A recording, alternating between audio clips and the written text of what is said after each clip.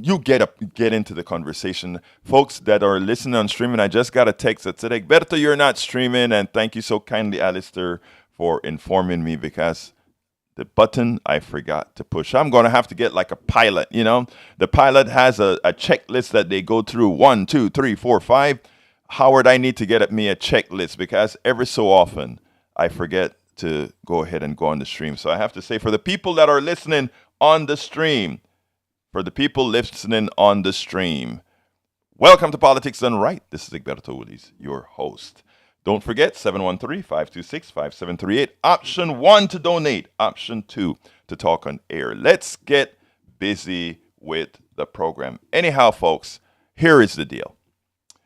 I got up and when was it? Two nights ago, I started to watch CNN and listen to Donald Trump. And as I was listening to Donald Trump, you got all the deja vu of 2016. And let me tell you that what I did in 2016. In 2016, I was a front page contributing editor to Daily Kos. And I wrote this article that said Donald Trump could win. And I said what Donald Trump was doing was triangulating the policies that people want, even as we understood what he was all about. Everybody deep on the inside knew what he was all about. But he perfectly united the angst of some in this country that they're losing their birthright to those others.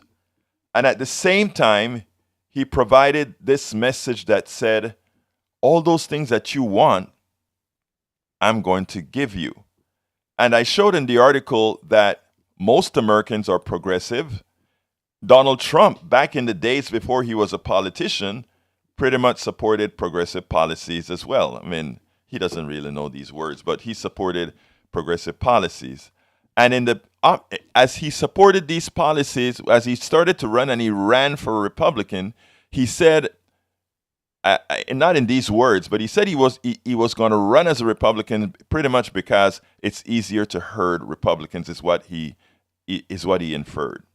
And what he meant is that he could create a narrative in such a manner that people believe, one, that there are all these others coming to take their birthrights away, and number two, for those that he had to go one step further, he could point out that, hey guys, I'm a Republican and these are the policies I stand for. And I'm not going to tell you that these policies are progressive because you purportedly don't like progressive policies, even though 60 to 80% of Americans like progressive policies. That's what he was going to say out there. And it proved, the election of 2016 proved that most Americans did not fall for it. I repeat, most Americans did not fall for it. In fact, Hillary Clinton won the election, the popular vote, by 3 million or so votes.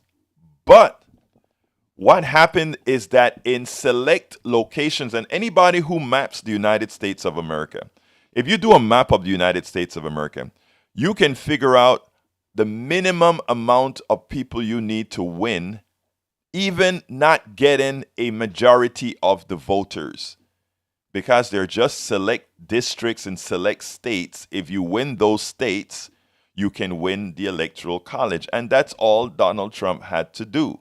And the math is already there. Gerrymandering has already been used in for both Democrats and Republicans alike, although in these days it more harms Democrats because of the way the country is laid out. I mean, something like California has so many more people packed into a district than, let's say, Montana or these other states. And still, so those states get an overperformance in the Electoral College. I want you all to understand this because this is very important for why there is a huge danger in 2024.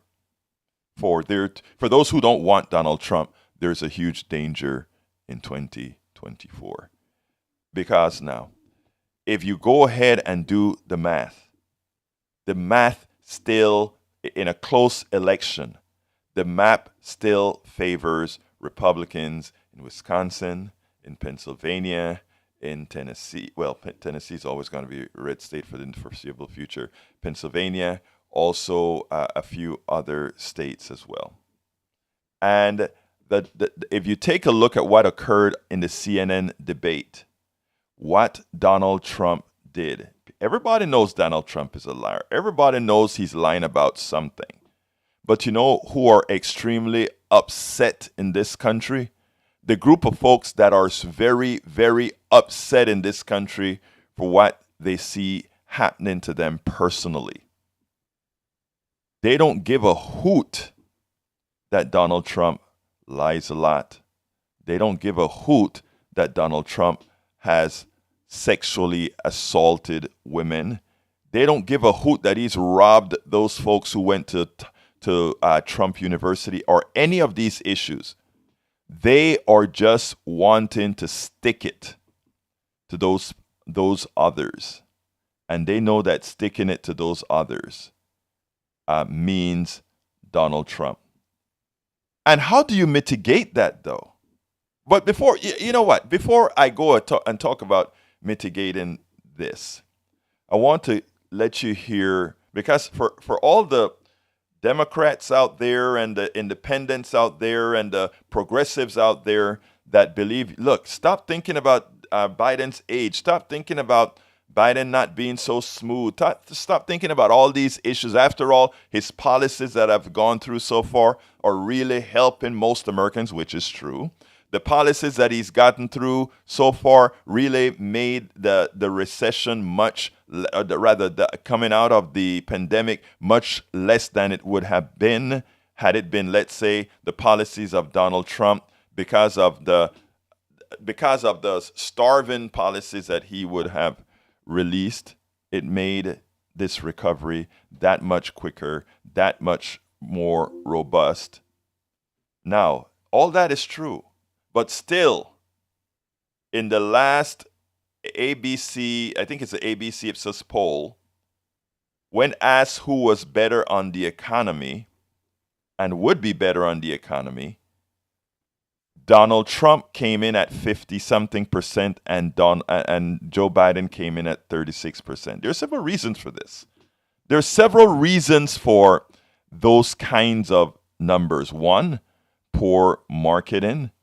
And also the perception that was allowed to fester on the current president.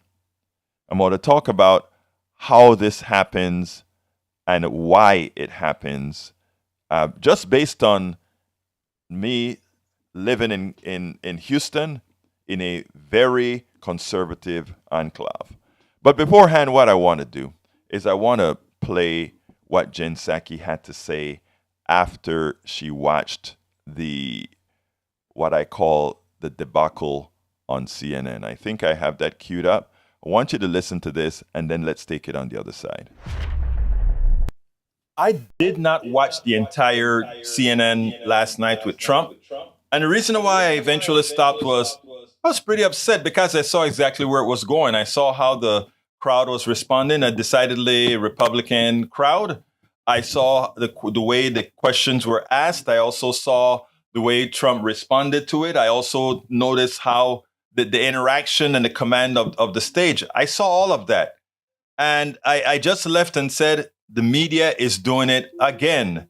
The media is giving him a platform again. And I don't want to give the host a hassle because she is following journalistic principles as they learned it in school. And I really understand where they're coming from. She did push back, etc. But Donald Trump dominated the stage, and the frequency of lies, every single sentence, the frequency of lies. I mean, it's hard to fact check that in real time. These types of town halls shouldn't be a question answer. It should be a question. He lies, and you said, Donald Trump, you are lying. And here is that is the way you have to deal with a chronic liar. So I really liked what Jen Psaki had to say here, because Democrats are thinking they are of the belief that Trump is going to be easy to beat. The truth of the matter, with the several dynamics I saw him play there, and I'll discuss that later on, but he played a lot of dynamics in there that could fuse a winning coalition. He could fuse a winning coalition by simply working on the grievance of just about every particular group. But anyhow, listen to what Jen Psaki had to say, and then we'll take it on the other side. The White House does not want to deal with the headache that was, or perhaps further expose people to the nightmare that was President Trump spouting lies, largely uncensored, for 75 minutes. Is that part of a campaign strategy? Talk to me about, there are no accidental decisions in something like that. What do you think that represents? That's true. And now I want to know more about that. But I would say, Alex, they don't, from the officials I still talk there, and I do stay in touch with a number of my former colleagues, they don't underestimate Trump. When there was a whole theory of, Trump would be the easiest to run against, Biden would clean his clock, that was not something I ever heard from a former colleague over there. They ran against him before, and he almost beat Biden. So they are not the ones, in my experience or from my engagements with them, who need a kind of a wake-up call. I will say that given tonight was one of Trump's biggest returns to the national stage in a while, it should be a pretty big wake-up call for Democrats. I mean, he lied about a lot of things. He said some crazy things like the country could default. He couldn't answer whether he would sign an abortion ban. Maybe he's on the side of Russia. He said lots of crazy things about January 6th. All of that is true. But he also had a command of that town hall meeting. And he has the evil charisma that people can hate, but it is happening. And hopefully it was a wake-up call for people out there about the reality that this guy is currently on the path to be the nominee and to likely give the president a run for his money. Yeah, I think you're absolutely right about the evil charisma. He was owning the room, and perhaps more disturbingly, the room was eating it up. That right? was the most disturbing. I mean, there was a lot of disturbing, but the laughing when there were insane things, offensive things, things about E.G. and Carroll being said, the laughing in the room, that was disturbing. And the fact of the matter is, as we talk about the evil charisma, Trump's owning of the room, the audience lapping it up, this could be a summer of criminal indictments against the president. And as devastating as that should be for anybody who is concerned about the state of our democracy, it could also weirdly strengthen Trump. And I wonder from amongst his people, from a Biden standpoint, what is your sense of how the White House talks about potential criminal indictments, how much they wade into that? Well, there is a tradition, as you know, Alex, of not weighing in on criminal indictments, and they're going to try to abide by that, is my bet. That becomes harder and probably less strategically to their advantage if there's an indictment on January 6th, on the Georgia case you were just talking about. These are fundamental values, defense of democracy. They're going to have to find a way to talk about it. They don't have to comment on the case, but it is about values, what you're trying to defend, and the contrast between the two candidates. So yeah, I think it changes a little bit if there are other indictments on these other issues. Do you think President Biden is ready to go ham? Because it feels like he's going to need to do that. Ready to go ham? Yeah. Yeah. I'm going to rephrase for those of you not following along at home, but is he ready to throw punches? Because it feels like Trump is in the ring.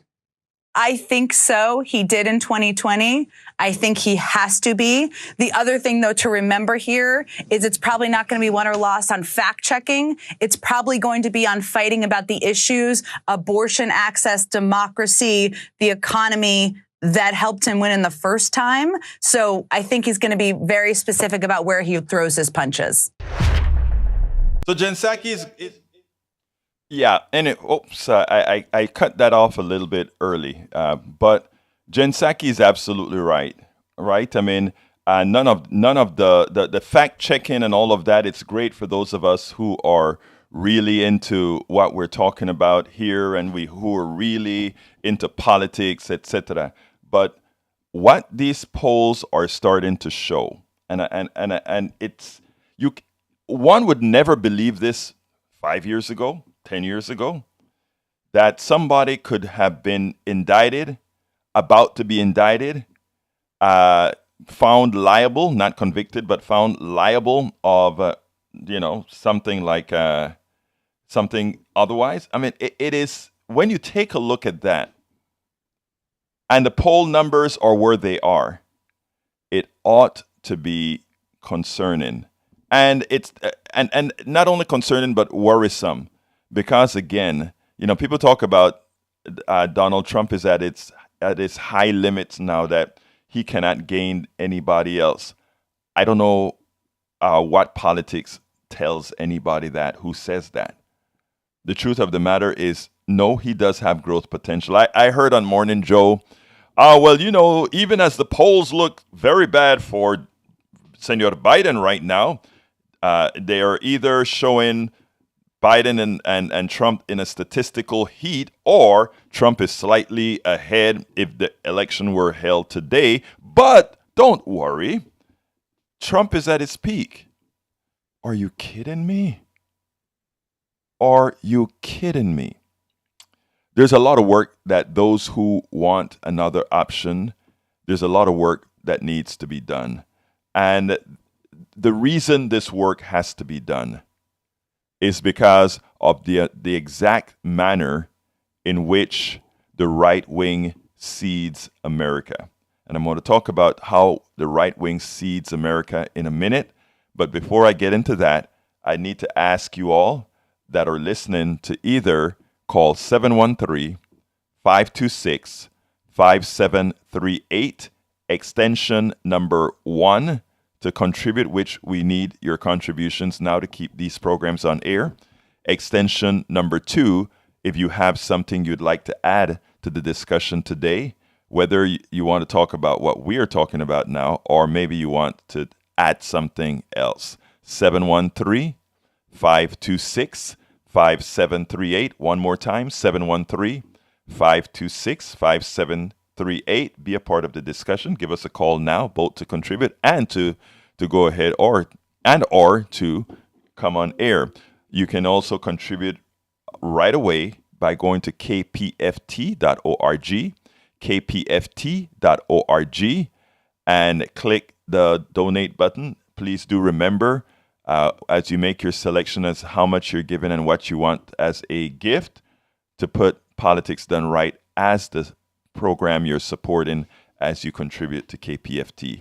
kpft.org, kpft.org. Look, folks, anybody who gives, first of all, you can give any amount that you want, any amount we want. If you give $40, and again, you don't have to pay this all at once. You can have it monthly, however you want. But if you give $40, you become a voting member of the Pacifica Network and the KPFT program, both of them. Número dos, if you give $100, we will give you a T-shirt, or you can ask for the T-shirt, the Politics Done Right T-shirt with the KPFT logo on it. As well, if you give $250 or above, I'll take you to coffee. We'll personally meet, sit down, and chat politics, whatever type of politics you want to chat about. We will discuss it. And by the way, for all of you who don't quite know me yet, I go out with Republicans, Democrats, Independents, and every single time we generally have great talks. And, no, look, the idea is behind this program is we all live in one country. We all are going to be together irrespective. So why not all really get along, and why not try to find the things we love about each other as opposed to the things we hate about each other, which we shouldn't really hate about each other, right? So that is 713-526-5738, extension number 1 to donate, extension number 2 to speak on air. And by the way, anybody who gives during this show and put your support in Politics Done Right, it's going to pop up on my screen here so that I can call you out and tell you thank you. Thank you so kindly for supporting this program.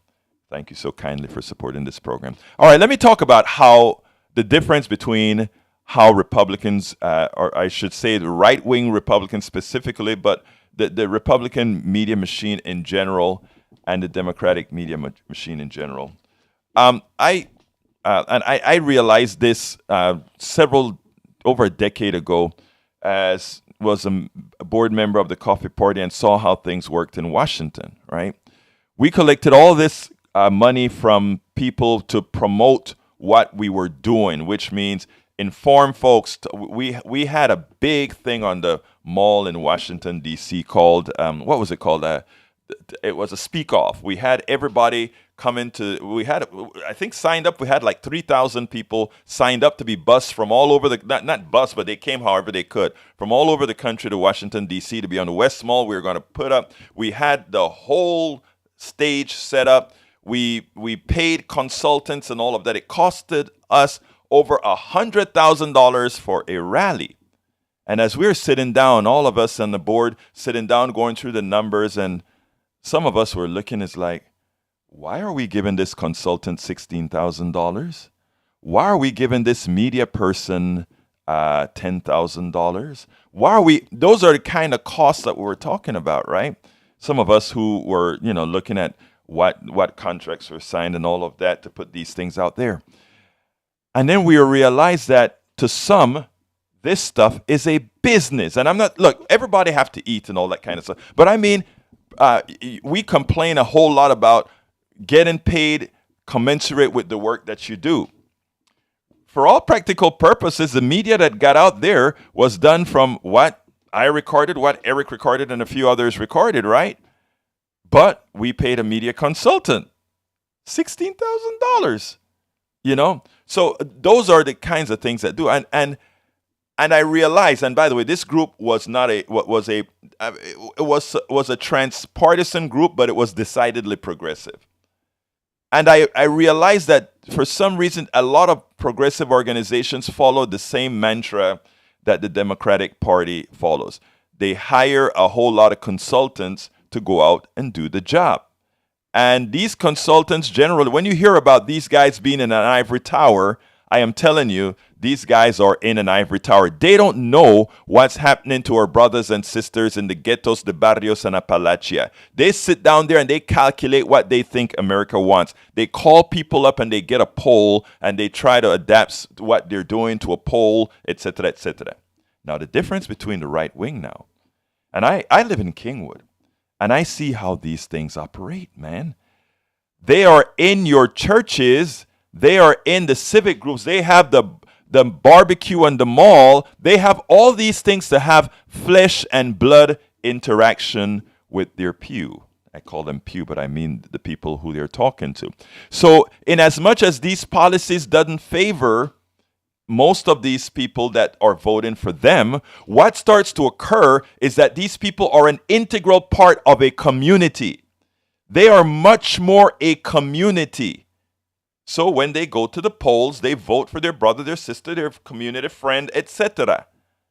So they invest their money in people. It sounds interesting, but their campaign monies, if you see where it goes, yes, it goes to consultants too, but a lot of it goes into the communities. The Democratic Party and the other progressive organizations, a lot of folks on the top. I mean, look at something like the Red Cross that's doing good, right? The person who heads the Red Cross get $500,000 and they get a few other people a few pennies to do things here and there.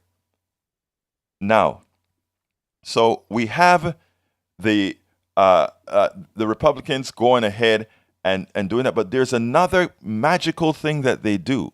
I don't know if you watch your inbox, but when you watch your inbox, if you get on a list, then it more likely than not, you are going to be on one of these lists. When you get on these lists, what happens? You get messaging day in, several a day, about what the lies about what Biden is doing to hurt you. You get these emails constantly, and it's bombarding, and unanswered statements eventually becomes truth, however wrong in people's minds. So what you get is you start to hear you get your emails, you get your tweets, you get all these bits of information that's coming from all directions. The investment these guys make in media. And I don't mean traditional ABC, CBS, NBC, MSNBC, and all these other medias. You don't have all those medias that these people get into. They get into your Twitter feed. They get into your mail feed. They get into places you don't think they would. Flyers. All these things are done not during the election. Not during the election, but continuously the investment is made. They have the Tea Party is big in Kingwood still. And when Ted Cruz and all these guys come to Houston, they don't necessarily go to Houston proper. They go to these outpods in Montgomery County, Kingwood, and all these places where the Tea Party is very strong. And it's not strong because the people love the Tea Party. It's strong because they make themselves strong. How do they make themselves strong? They invest just a little bit of money into these organizations, right? These third-party organizations that the people know. I personally know the Tea Party person who runs Kingwood. I personally know the Tea Party person who runs stuff in Montgomery County, etc. And he's very accessible to anybody, and he's there giving the stories. That's what I'm talking about. These folks engage the people. We go into the barrios and the ghettos, and I don't even think we even touch Appalachia. We just seeded Appalachia, right? We go into these places when we want to vote, and then we don't see folks, and then we don't nurture folks. We don't nurture them into the other side is really making life very difficult for you. We don't do that. And when I say we, I'm talking about the Democrats. That is, I should be saying the Democrats don't do that, right? But hold stat for a bit. Look, I'm a progressive person. Anyway, so these are the things that they do very well. That's the only way you get a criminal to be able to beat, or to be even in the polls right now, to have polls that are substantially higher than Biden. Donald Trump's polls substantially higher than Biden, even though Biden's economic success is unparalleled.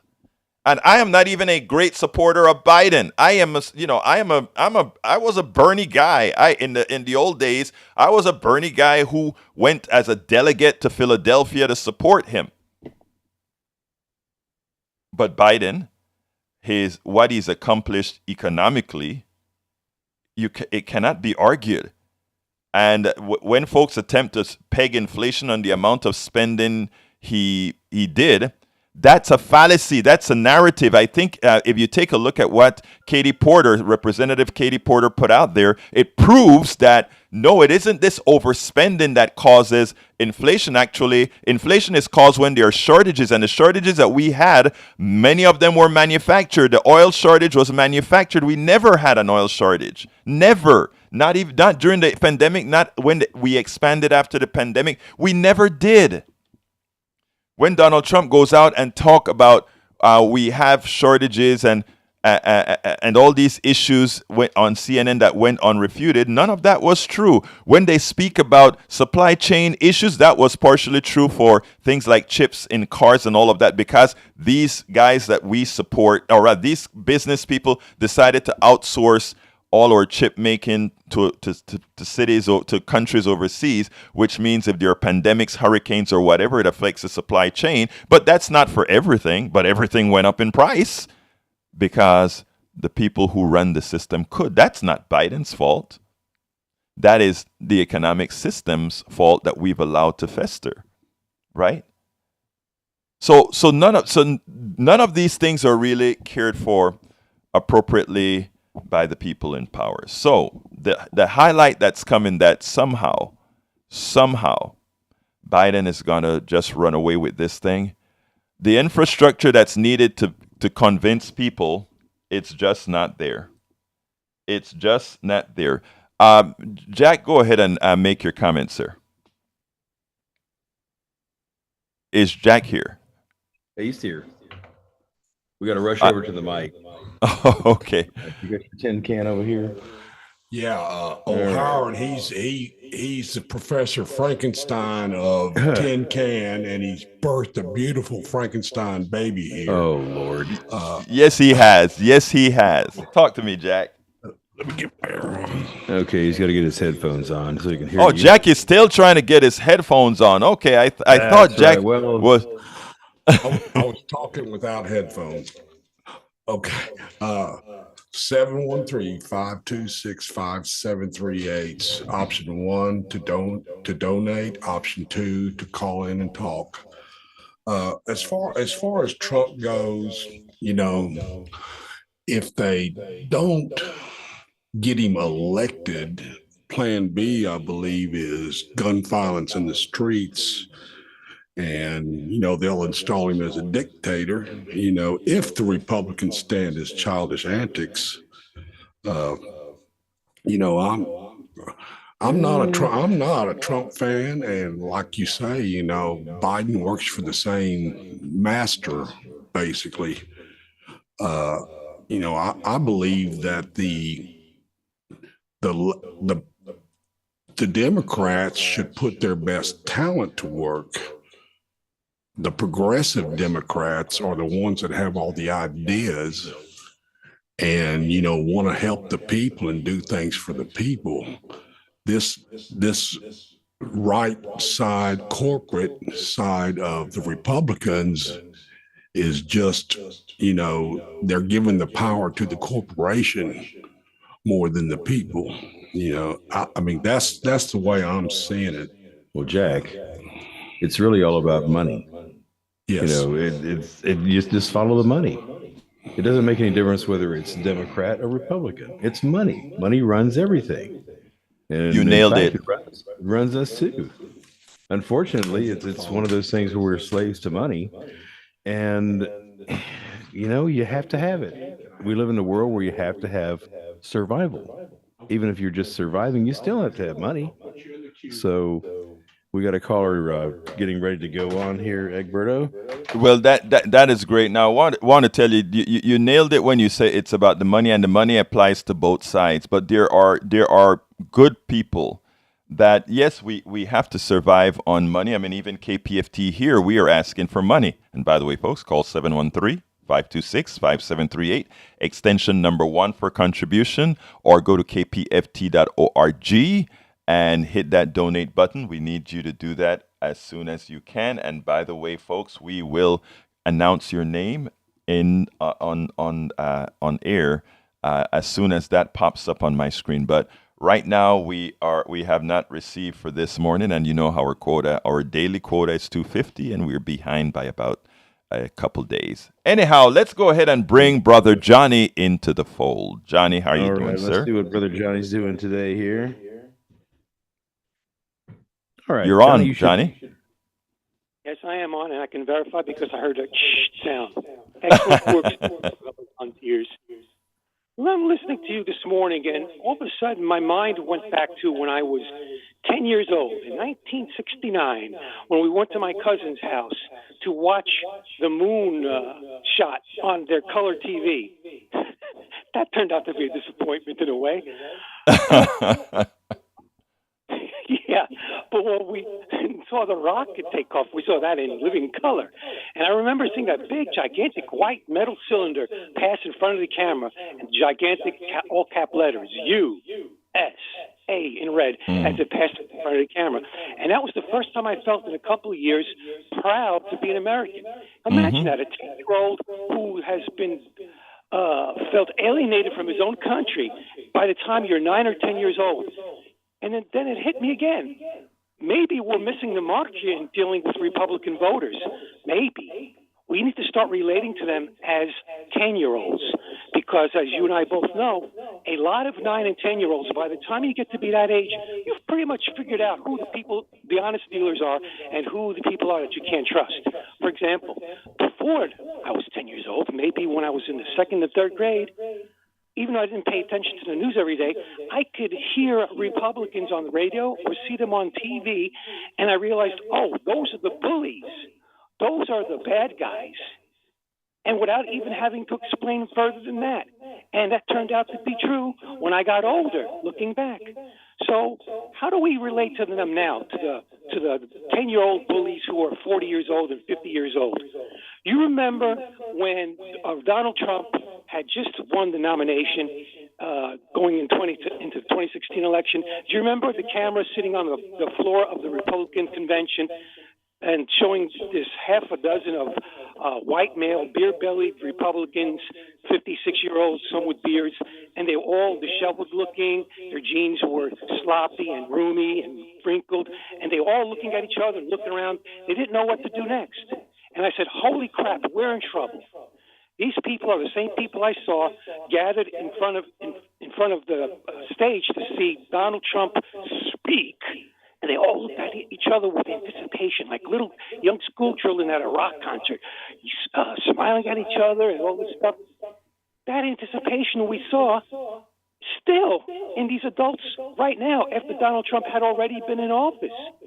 So how do we deal with, and don't forget, the future Republicans, they have kids, and their kids can pretty much figure out right from wrong if they don't get browbeaten by their parents too much. Could you remember that 3-day jamboree recently in the UK? Yes. That 3-day jamboree. Do you remember that? Oh, yeah. I know exactly what you're talking about, the coronation. Yes, sir. Yeah. So a lot of 8 and 9-year-olds right now could have been looking at those two grown adults in their 70s dressed up in Halloween gear, because that's what it looks like, wearing the silver crowns and black velvet. And just a couple hours away by car, there's a war going on with atrocities, with human misery and suffering. But these grown adults in the UK are having a 3-day jamboree at a cost of several $100 million, as far as we know, with Katy Perry there, dressed in her high-fashion, oversized dress.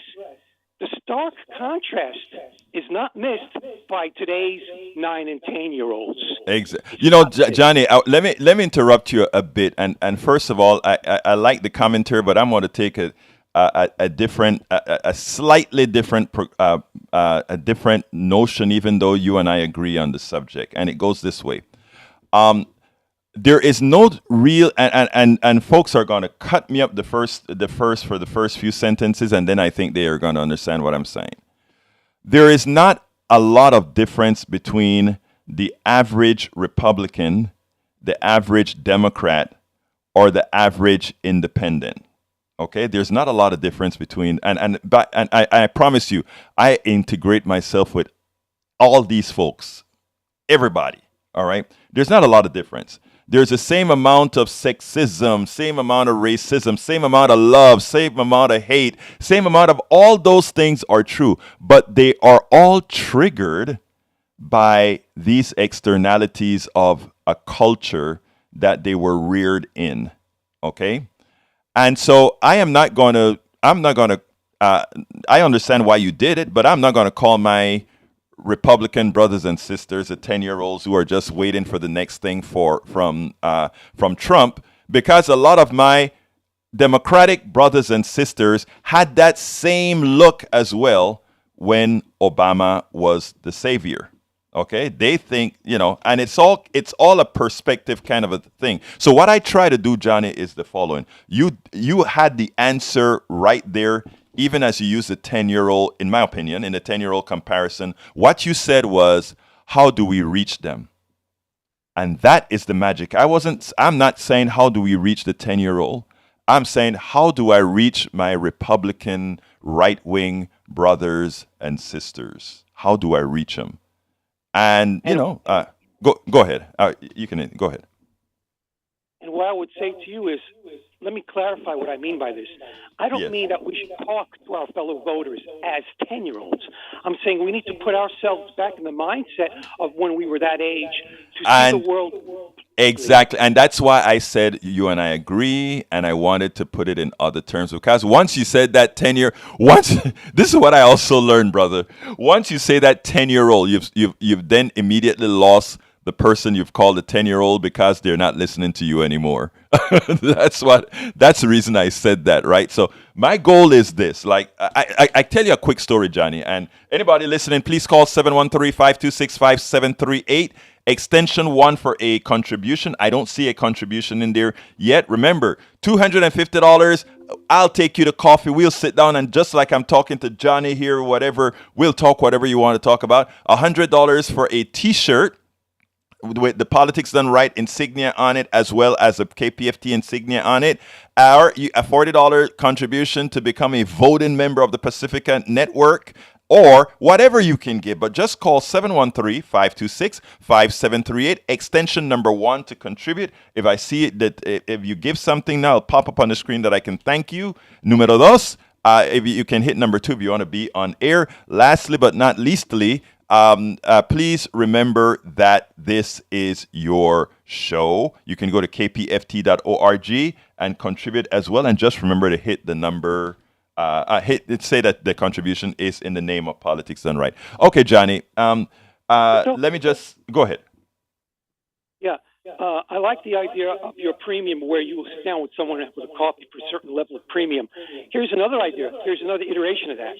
Okay. I think it would be worthwhile to have for even a slightly higher premium paid that they could sit down with you and Brad at a coffee shop. If you could convince him, I'm sure he would love to show up. Oh, wow. That's a good idea. Maybe I should contact Brad and Brad and see if we can arrange something like that. That would be great. But hey, Johnny, Listen, go ahead. You're welcome. I'm a lib, and libs are open-minded. I didn't call you a 10-year-old. I said you're worthy of a conversation with Roberto and another adult who might be a lib. Thank you, brother. Hey, let me go ahead and get to the other caller, Johnny. You know you're my guy. Thank you so kindly for calling in, brother. You know, one last thing to verify what you said about Democrats. Yes, sir. I did notice that one time when Barack Obama had just been elected president, and the news went to a young black girl, I believe, and she was saying all kinds of stuff that was, all this hyperbole. And you can understand that from a 10-year-old point of view, but I put myself in the frame of a white racist adult watching this little black girl speak like that, and it seemed laughable. And so, yeah, there is some of that on the left side, but right. It doesn't come precisely with what we see on the right. Gotcha, brother. Gotcha, brother. Yeah, well, if you are gullible on the right side, you're right. It is a dangerous. But anyway, we'll continue this discussion. We're every day at 6 a.m. So thank you so kindly, brother. Let's go to Da Vinci. Da Vinci, you're hot. Hey, man, I really like that $250 thing. That I'm gonna do, but I can't do it till Monday. That's fine. Please, we'll be here every day. You do it, and we'll go out to lunch, brother. Yeah. Hey, this is my take on the whole thing. The fact of the matter is, the real issue is not just money, but the system of money that we have developed ever since the central banking cartels took over, and with all this fractional reserve lending. And so all the things that we struggle with in society, we frame our opinions based on two different philosophies. You have the free market philosophy, freedom-based, and a lot of times that falls further to the right. And then you have the centralized power, tax more, redistribute the wealth through programs to support the people that are most affected by our corrupt money system. But the reality of it is, and this is why I lean more to the right. The reality is giving more power to a centralized, corrupt system is definitely not going to be the answer long term. And so as a result of that, I always lean to the right towards more free market-based societies. But at the end of the day, what you see going on right now with BRICS, with Russia, with all, and what's great is Texas applied to have their own gold-backed currency. What we're seeing right now is the destruction of the SWIFT system, the destruction of NATO, the destruction of the corrupt United States central banking system that has plagued our earth for almost 100 years or plus. And so the good news is, in my opinion, we're right around the corner from overthrowing that system. Now, I say all that to point out that a lot of times we're fighting about two different philosophies that neither one is really the fix to the system. Wow. Oh God, wow. I want to interrupt you right there to just give you a pat on the back for just that last statement. Neither of these systems that you're articulating is the answer. Let me give a little caveat here. You talk about the fractional banking system. We have a fractional banking system that in fact is also private. It's in the free market, right? Our banking system is not by the federal government but by the private sector. Número dos is you also when you talk about the leaning to the right, when we go out and have some coffee, I think we are going to come to some other consensus on that, because here's the issue, right? Free markets are great where free markets belong, and a market governed more centralized for the welfare of all is good where that belongs. As an example, let's say you shouldn't be dependent on the free market for things that you have to have, because that then becomes a monopoly. But anyway, continue. I just wanted to put that in there because that last statement that you said just hit me, and it's like, if we could get more people to think that way would be great, brother. Continue, Da Vinci.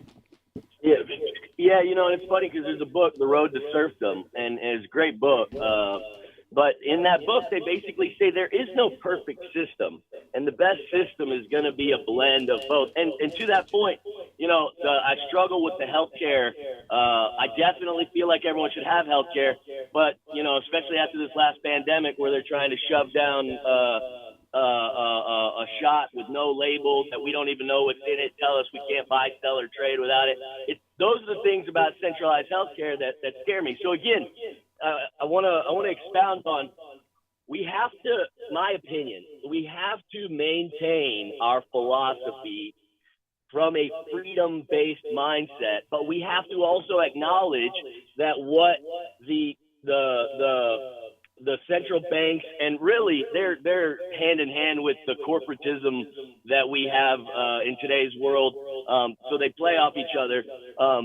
But what we have to address is the money system. And then the other thing, okay, so this is what I struggle with, because yes, so the freedom-based system pretty much pushes me to the right. But the other thing, I mean, when you look at where our social, where our culture's going, we are allowing 5-year-old kids, not necessarily in Texas, I don't know yet, or thank God I haven't heard. But anyway, we're letting 5-year-old kids decide to mutilate their biological, natural, reproductive system. Brother Da Vinci, let me stop you there, because this is going to get into a long conversation and I only have like 5 minutes. So let me just tell you this. Yeah. I want you to... No, but here's this. I need you to keep listening and calling in, because here's the deal. There are a lot of things that I see that you said that it shows me where your mainstream of information is coming from. And what I tell folks, if you heard me talk to Johnny, what I tell folks why I respect everybody on all sides of the aisle is because a lot of times we are victim of the sources of, or what I call our own externalities. We are victims of of where we get our information, or the information that we currently respect. And only through dialogue and talking among folks can people say, oh, I should have thought about this, or I should have thought about that. So I'm going to leave you here right now with just this statement saying, keep listening. Go ahead. Yeah, just one last thing. So yeah. Real quick, brother. Real quick, on that note, whenever I argue with Republican people and they're like, oh yeah, they just they want more money for their programs and all this, and the reality of it is you can't be an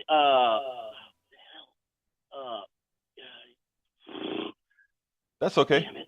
All right, well, I'm gonna let you go. I lost my train of thought. No, that happen. Hey, it happens to all of us. Think about when it happens to you and you're on the air, man. It's like, oh God, I can't believe this happened to me. Yeah. But anyway, let me just say one thing before you go, and this is important, right? because I want you to smoke this until you call me back at another day when we're doing the show. You said you believe in freedom. What was your name, by the way? Egberto Willies. Okay. Oh, Egberto. Okay. All right. All right. Here's the deal, brother. Listen to this real quickly. Remember, you spoke about freedom. How free can you be if you don't have health care? How free can you be if you don't have child care so that you can be free to do what you need to do? I want all of us to think about those issues when we talk about freedom. So we talk about that the next time, brother. You have a great day, Da Vinci. Hello? Okay. I think he's already gone. All right. We have Neo Max who says, for someone who is on the right, he sure sounds like a Soviet with the anti-Swift, anti-NATO talk. I don't think he did, Neo Maxim. Like I said, I think it's the source of information. And if you listen to our good friend who's on the chat right now, Daniel Ado, same with Daniel. Daniel portrays a lot of what the information or weird information that he gets. Anyway, folks, I only have about 3 minutes left on this program, and I need to ask you to call 713-526-5738. Now just hit option 1 and contribute to the show. When it pops up on the screen that you've supplied or provided us with a contribution to keep this program on air, I will call you out. But until then, there are 2 subjects that I needed to cover that I didn't cover today. You can always find it on the newsletter at politicsdoneright.com/newsletter. We were to cover 3 subjects, but again, with these great calls from you great people, you always take precedence over whatever I had planned to talk about. 713-526-5738. 713-526-5738. Eric says you get yours from MSNBC and CNN. That's not true, Eric. I listen to ABC, CBS, MSNBC, Fox. I listen to them all, and I use them not just to propagate what they say. Even as I put out stuff from MSNBC or CNN, I am there to give a narration, many times adding to it or subtracting from it, because I think a lot of times they don't get it the way many folks should be getting it. So anyhow, what I want to ask again, call 713-526-5738, extension numero 1 to contribute to the program. Please remember to tell them you're contributing to Politics Done Right. And you can also go to kpft.org, kpft.org, select, click the donate button, and remember to select Politics Done Right as a show you are supporting. $100 gives you a T-shirt from KPFT with the Politics Done Right insignia and the KPFT insignia. $40 makes you a voting member of both KPFT as well as the Pacifica Network. And $250 or more, we go out and get some coffee and sit down and have honest conversation on whatever you want to talk about. And I guarantee you it will always be a pleasurable conversation, whether we agree or not. 713-526-5738, extension number 1, or kpft.org. Anyway, I know I got to get out of here in the next 30 seconds or so. So I want to just tell you, thank you so kindly for being a part of the Politics Done Right family. My name is Egberto Willies. You know how I end this, baby. I am what? Out!